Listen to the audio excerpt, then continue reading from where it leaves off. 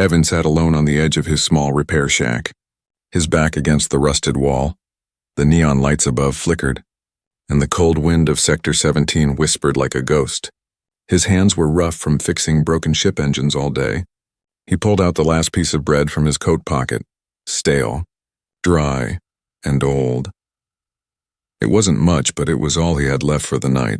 He broke it in half, took a bite, and chewed slowly. The other half, he looked at it, then at the broken ledge beside his shack.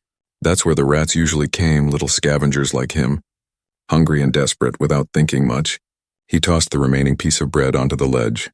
"Enjoy, little guys," he mumbled, closing his eyes for a moment, but there was no scratching, no squeaking, no sound at all. Instead, he heard something else, a soft thud. Like bare feet landing, his eyes snapped open, and he looked at the ledge. Someone was there, not a rat, not a dog. It was a girl, small, thin, and clearly not human. Her skin was pale blue, glowing faintly in the dark. Silver lines ran along her arms like glowing veins. She wore nothing but torn, dirty cloth wrapped around her like rags. Her eyes, wide, bright, and silver, stared directly into his in her hand. She held the bread tightly like it was treasure. Evan froze, his heart pounding. The girl didn't speak. Didn't move, she just looked at him, then at the bread, then back at him. Her face was dirty, bruised, but her expression was calm. Quiet, not scared, not angry, just watching. Then, without a word, she turned and jumped down from the ledge, disappearing into the darkness below. No sound, no trace, just gone. Evan stood up, walked to the edge, and looked down. Only empty shadows stared back at him. What the hell? He whispered, rubbing his eyes. Did I imagine that? The night grew colder, but Evan didn't feel it. He sat back down, mind racing. He had heard stories about aliens living in hiding, escaped slaves, lab experiments gone wrong. Most were just drunken tales at the scrapyard bar. But what he saw didn't feel like a tale. It felt real. The next morning, he almost convinced himself it was just a dream, just hunger and stress playing tricks on his mind. But when he stepped outside, something made him stop. His tools were cleaned, his old toolbox repaired, even the oil stains near the engine rack wiped away. Evan looked around, eyes scanning the quiet zone. Nobody was there, just wind and dust, but someone had been here. And then he saw it on the same ledge from last night. A small piece of rusted metal shaped like a claw, bent and dirty. He picked it up, examined it. It wasn't human design. Too smooth, too alien.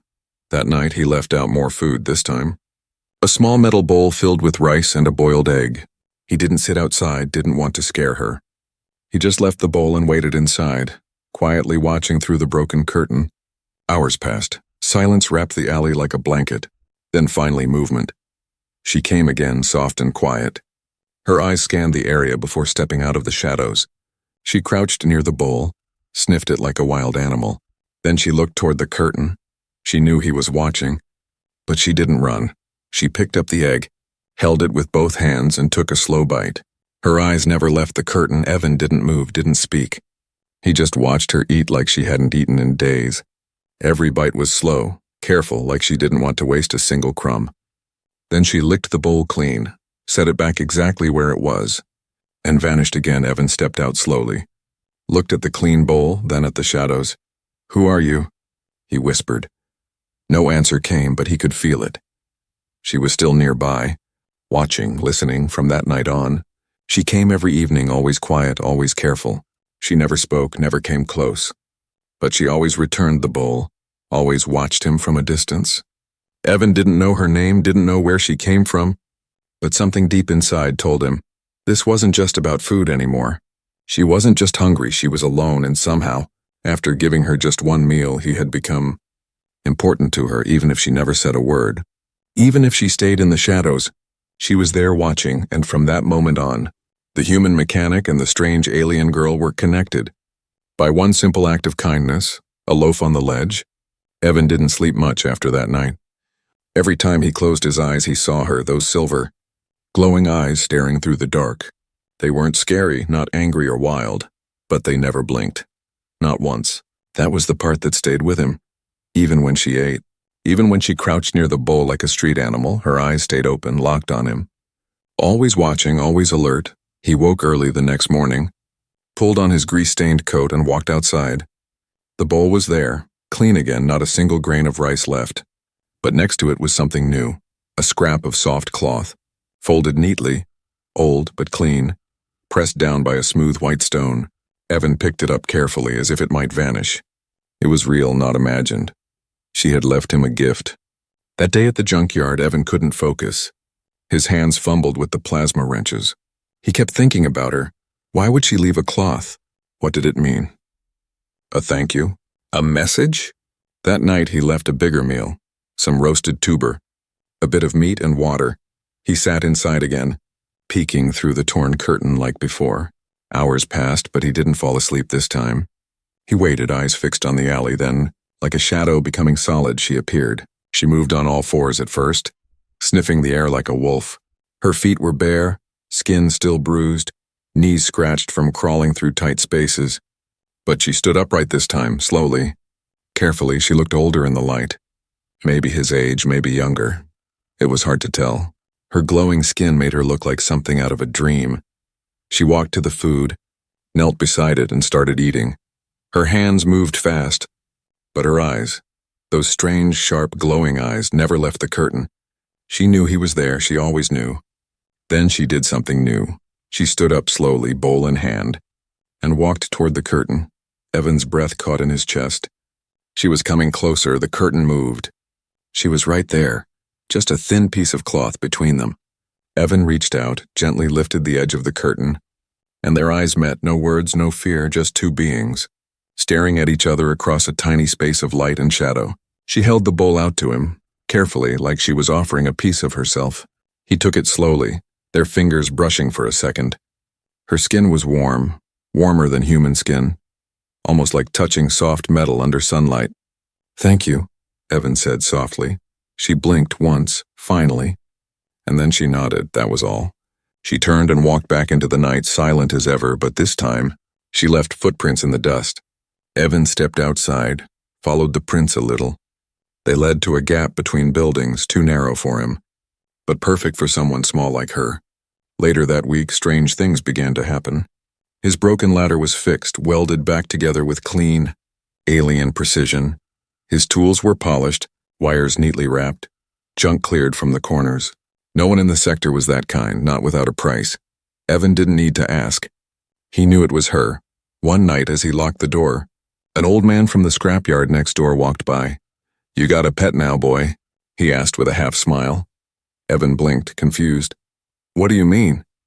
The man chuckled. "Something's been circling your shack at night. Real quiet, but I've seen it. Big eyes, moves like it's hunting." He paused, squinting at Evan. "I'd be careful if I were you." Then he walked off, muttering to himself. Evan looked up toward the rooftop. And there, just for a second, he saw her, crouched like a cat on the edge.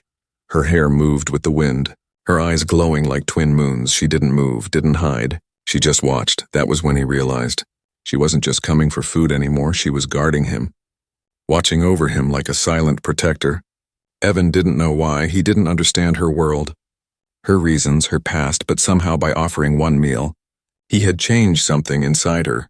She was a lone creature, hunted, maybe broken, but now she had picked him, and like a wild animal who finally found someone it could trust, she was staying close, watching everything, never blinking, never leaving, and Evan, once alone in the quiet shadows of Sector 17, was not alone anymore. He had no idea what was coming next.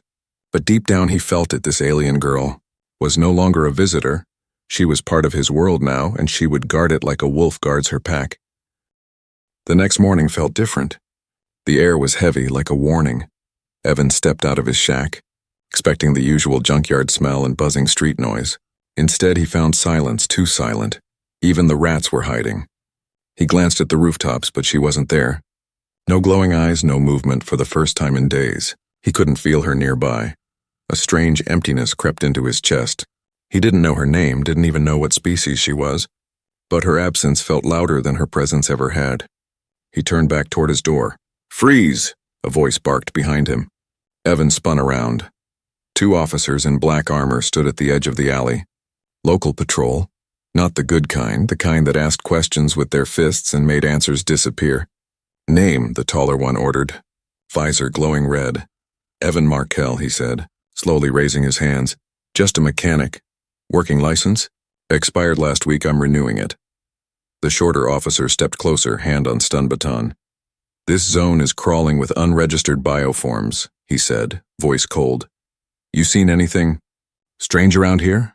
Evan's heart jumped, but he shook his head. Nothing but junk. The taller one stepped past him, eyeing the door. Mind if we take a look inside? Before Evan could reply, the short one was already pushing the door open. Wait, Evan said, stepping forward. The officer raised his baton. Don't test me. Rat, and that's when it happened. A low growl echoed through the alley. Not from the front, not behind, but from above. All three looked up. She was there, crouched on the pipe just above the officers.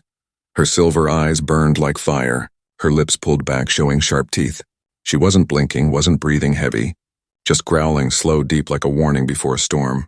The shorter officer pointed his baton up. What the hell is that? Before he could finish, she dropped. She didn't leap. She dropped like a stone, silent and fast. She landed between Evan and the officers with her claws out, crouched low, shoulders tense. The growl turned into a snarl, sharp and terrifying. Her eyes locked on the officer's face, daring him to move. Both men froze, unsure what they were seeing. She's unregistered. The tall one hissed, taking a step back. I said we found something strange, didn't I? The other said, trying to sound tough. But Evan saw the sweat on his face, saw the fear. They weren't ready for this. She's with me, Evan said, voice firm. She's not hurting anyone. She's illegal, the officer barked. She's dangerous. No, Evan replied, stepping beside her. She's hungry. Not dangerous unless you are. The girl didn't take her eyes off them. She didn't touch them, didn't attack. But her presence was enough. The short one took another step back. Then the taller one tapped his badge. We'll be back, he muttered. Don't feed stray monsters.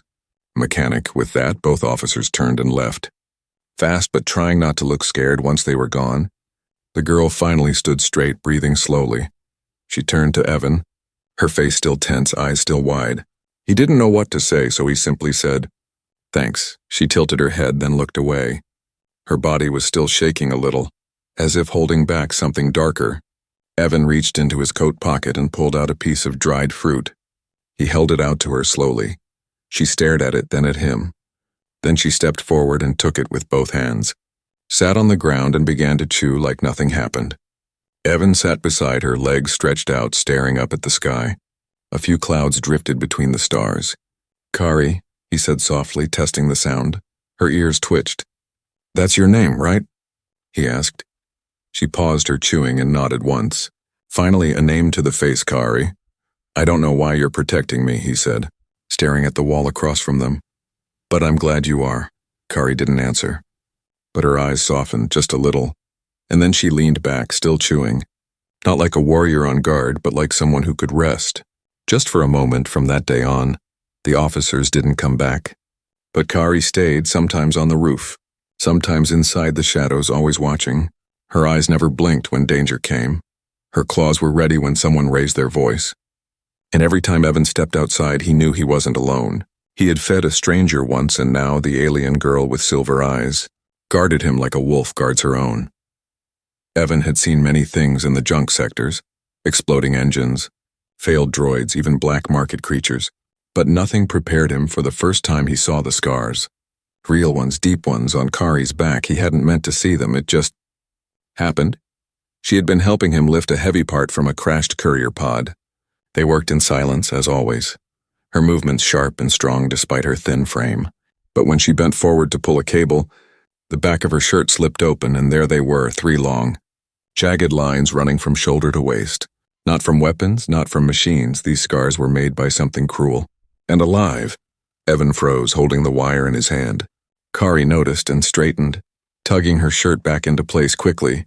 Her glowing eyes narrowed, not angry, but guarded. She knew what he saw. I'm sorry, he said quietly. Not sure what else to say. Kari didn't respond. But she didn't walk away either that night. The silence between them was heavier than usual. The next day, Evan prepared a warm meal, spiced noodles, roasted root and clean water. He left it in the metal bowl like always. But this time he stayed further back. He didn't watch through the curtain, didn't stare. He waited, patient, respectful. When Kari arrived, she didn't crouch or sniff the air. She just sat down on the ledge and ate slowly, Her back was still turned, but her guard had dropped just a little. After she finished, she didn't vanish. Instead, she placed the empty bowl down and turned toward Evan. Her voice came out low, rough but clear. "Cage," she said, pointing to her scars. Then she tapped her collarbone, where a faint brand still glowed under the skin. "Property," she whispered. Evan felt like his chest had been punched. He stepped forward slowly, sitting beside her on the ledge. "You were kept somewhere. Like an animal?" he asked. Kari nodded once, eyes staring into the alley's dark. "Who did this to you?" Kari clenched her fists, then opened them again. "Lab, breeder, men in coats," she said, voice trembling.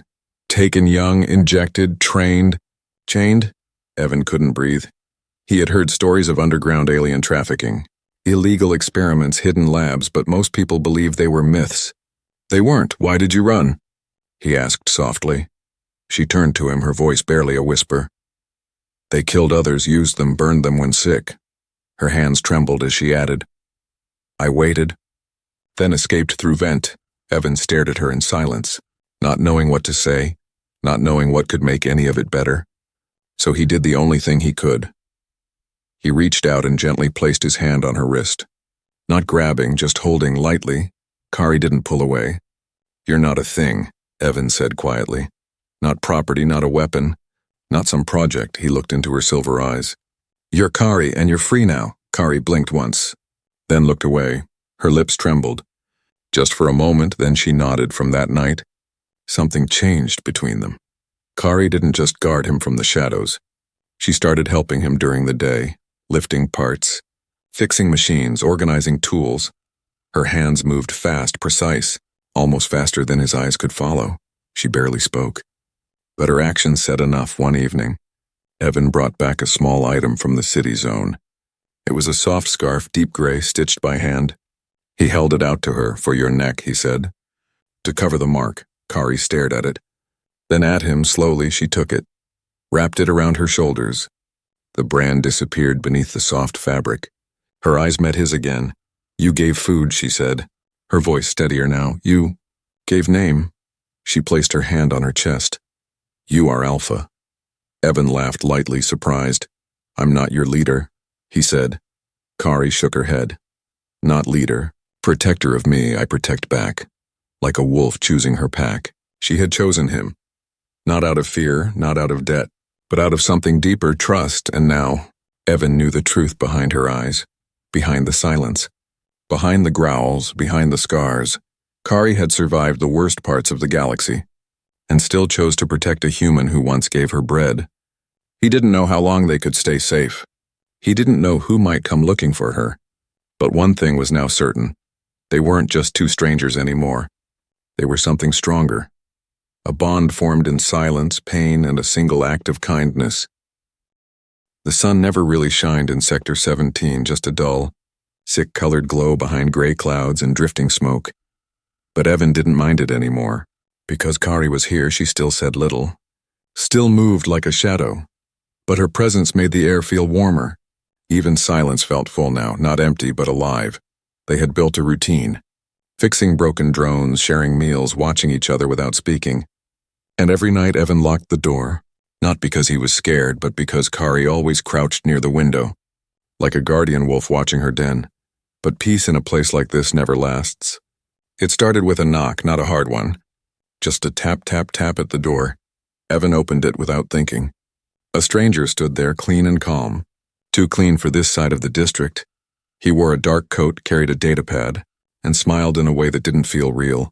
"You're Evan Markel, correct?" the man asked. Evan nodded slowly. "Who's asking?" The man stepped closer, lowering his voice. "We're looking for something, or rather, someone." He glanced past Evan toward the shadows inside the shack. "Reports say a strange bioform has been seen near this area." Evan's jaw tensed. "I fix scrap, not aliens," he lied. The man smiled again, too smooth. "Well, if you do come across anything unusual," he said, slipping a small metal card into Evan's hand, "there's good money in returning lost property."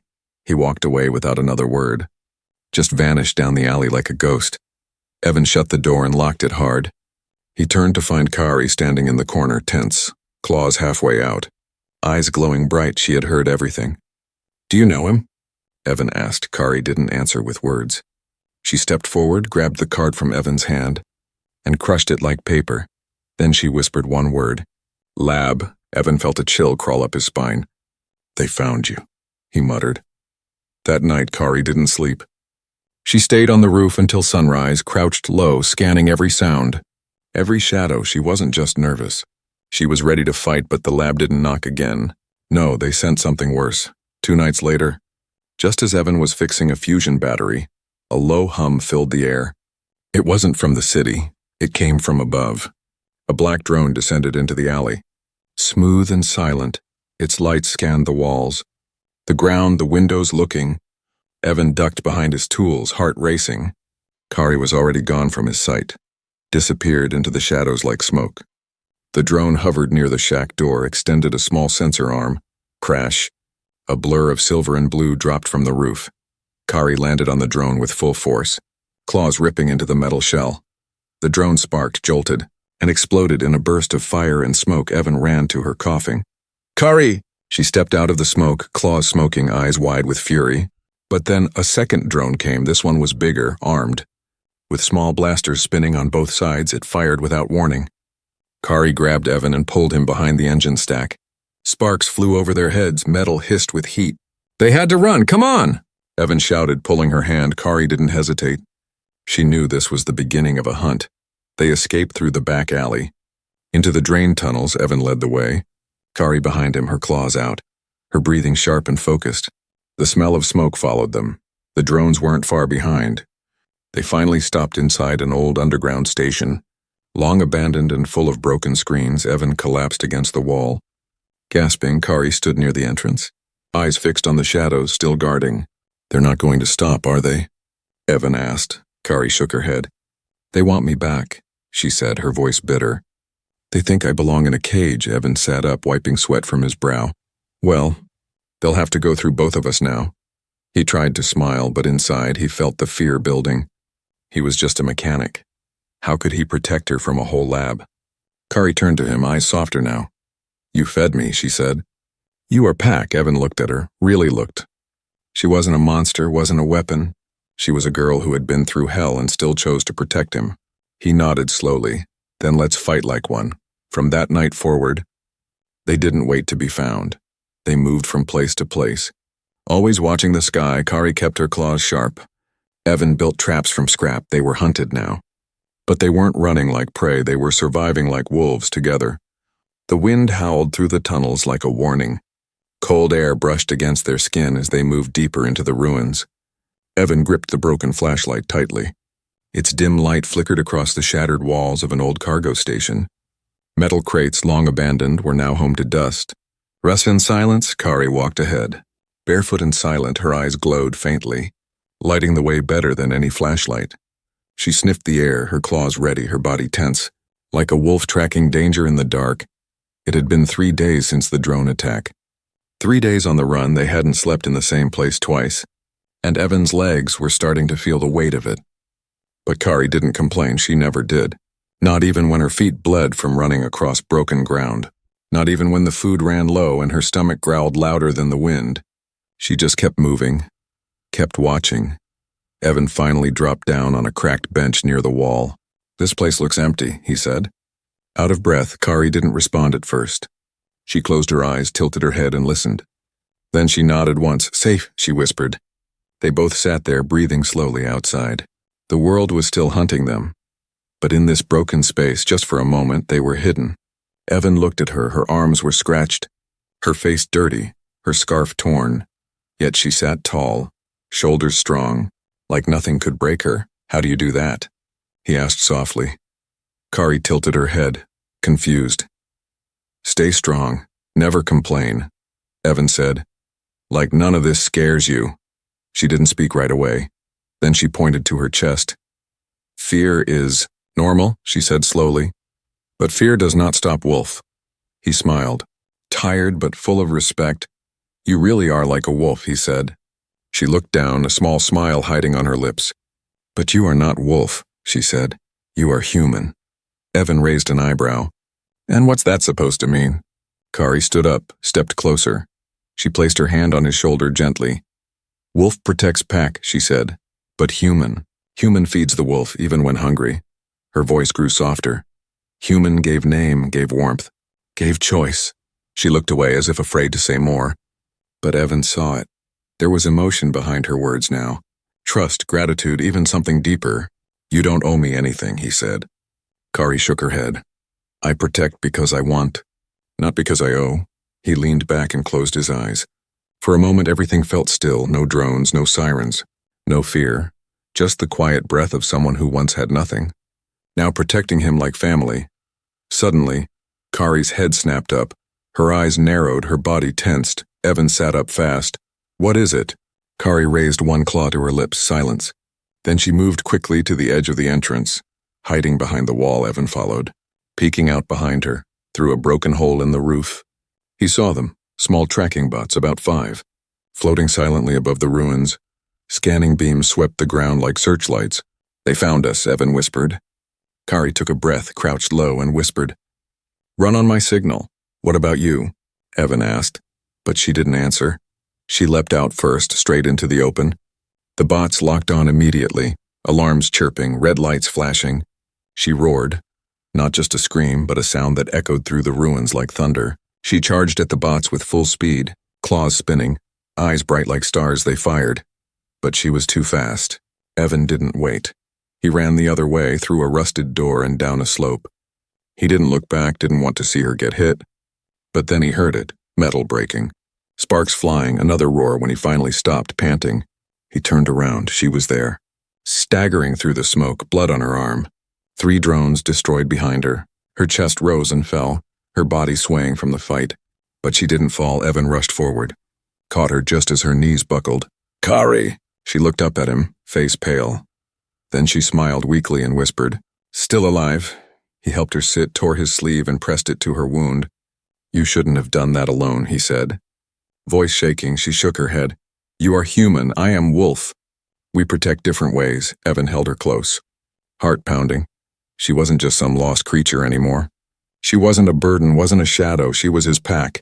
And for the first time he realized, he would protect her. Just as fiercely as she protected him, even if it cost him everything. The stars blinked weakly through the cracks of the old roof. The ruined station groaned as wind passed through its broken beams. Evan held Kari close, her head resting on his shoulder. She had stopped bleeding, but her body was weak. She hadn't slept in 2 days, not properly. She wouldn't let herself rest, not while they were still being hunted, but now there was no choice. Her strength had limits, and she had reached them. I'll watch tonight, Evan whispered, brushing the dust from her cheek. You sleep, Kari. Just this once, her glowing eyes fluttered open, barely. You sure? She asked weakly, voice soft as breath. He nodded. Yeah, I've got this. She blinked slowly, and then, for the first time, closed her eyes willingly. No fear, no fight, just trust. Evan sat still as a statue. Eyes sharp, ears open. He stayed like that for hours. Even when his legs went numb, even when the cold bit into his bones. He didn't move because Kari was asleep, and she had done far more for him. Morning came like a pale ghost. Light crept across the floor. Kari stirred and sat up slowly, wincing a little, but she smiled when she saw Evan still beside her. You stayed awake, she said, surprised. I said I would, he replied, standing and stretching his sore back. You always watched my door. My turn to return the favor. Kari reached for the water pouch, drank slowly, then looked at him with a calm, steady gaze. I never thought I'd trust a human, she said quietly. Not after what they did at the labs. Evan sat back down. Serious now. I'm not like them, he said. I never wanted a slave or a pet or anything like that. I know, Kari said, touching the scarf still around her neck. You gave this not to control me, but to give me peace. They sat in silence for a moment, then Evan asked, What will you do when they stop coming? When they give up the hunt? Kari didn't answer right away. She looked at the floor, then at her hands. I don't know, she whispered. I never thought about living, only escaping. Evan nodded slowly. Then maybe we can figure that out together. Suddenly, a sound echoed from the broken stairwell above. A metallic clink, followed by the sharp whirl of wings. They both stood fast. Kari's claws extended, eyes glowing bright. Evan grabbed the makeshift spear he had carved from scrap metal. A single drone flew down, smaller, faster, but armed. It scanned the room, Locked onto Kari instantly, she crouched low, ready to charge, but Evan stepped forward first. "Hey!" he shouted, throwing a pipe with all his strength. The drone dodged, firing a stun blast. It missed Kari, but grazed Evan's shoulder. He fell to one knee, groaning. Kari roared and leapt high, slicing through the drone with a spin of her claws. It fell to the floor, sparks flying, twitching and dead. She rushed to Evan, helping him sit. "Why did you do that?" she yelled, eyes wide. "You were hurt." "You've saved me so many times," he said, gritting his teeth. "I had to try." Just once, Kari looked at him. Really looked. Not as a mechanic, not as a human, but as someone who would bleed for her without hesitation. "You're not just Pac anymore," she said quietly. Evan blinked. "What am I then?" Kari placed her hand on his heart. "Family." His chest tightened at the word, not out of pain, but something warmer, deeper. I don't have family," he said softly. "Then now you do," Kari replied. Firm and clear, they sat there for a long time. No more words, no more fear. Just two beings from different worlds, who had found each other through a simple act of kindness. A meal, a scarf, a name, a home. Weeks later, they returned to Sector 17, not to hide but to rebuild. The lab had gone silent. Too many drones lost, too much attention drawn. Evan's shack was still there. Half burned, half strong, together they fixed it. Kari built a small shelter on the roof, her watch post as she called it. Evan built a second chair outside his shop just for her. The neighbors watched but said nothing. Some nodded with respect. No one dared question the silver-eyed girl who now stood beside the mechanic. Not after she growled at the last officer who tried. At night they sat by the fire pit, sharing quiet meals. Sometimes Evan told old jokes. Sometimes Kari taught him alien words. Sometimes they just listened to the wind, and every night, without fail, before closing the door, Kari would whisper one word. Safe, not a question but a promise. Evan smiled. Because he knew. He had once fed a stranger, and now that stranger guarded his life not as a creature, not as a warrior, but as something even stronger, his family, forever.